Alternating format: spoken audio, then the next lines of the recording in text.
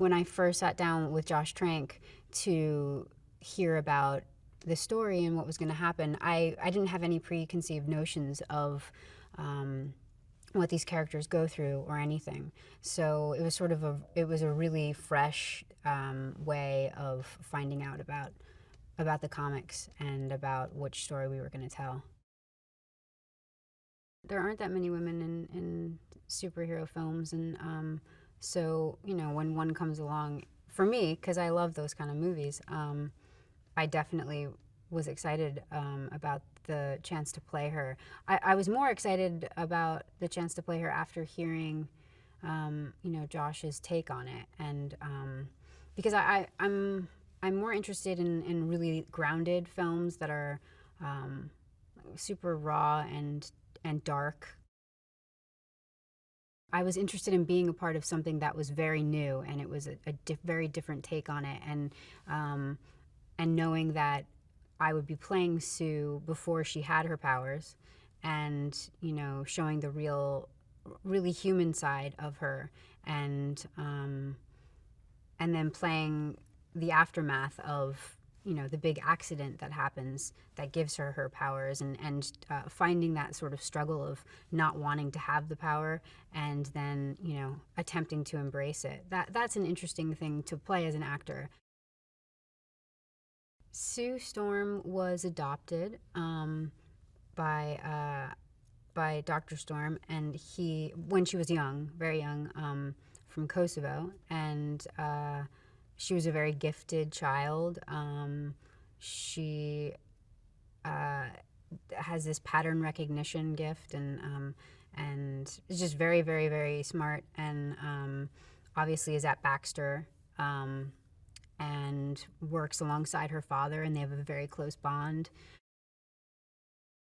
Sue's first impression of Reed is that he's just another kid who happens to be very smart, and she's impressed by that, but not that impressed because she's surrounded by people like that at Baxter, Victor being one of them as well. And so she's just sort of, she's very focused on her work, and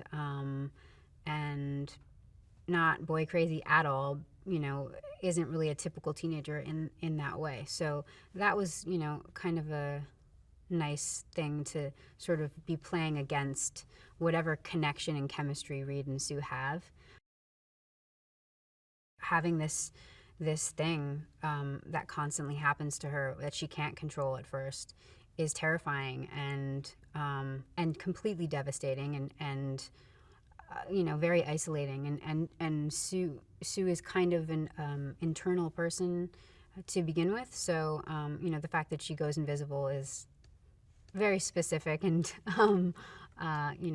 something that stems from, I think, just her childhood and other things as well.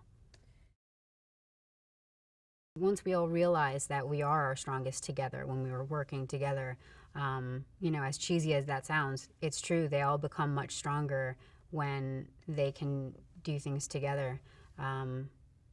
And that's another thing that you sort of learn growing up.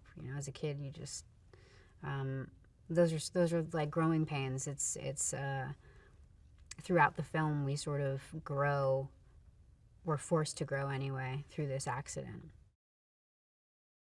The film will be very different than what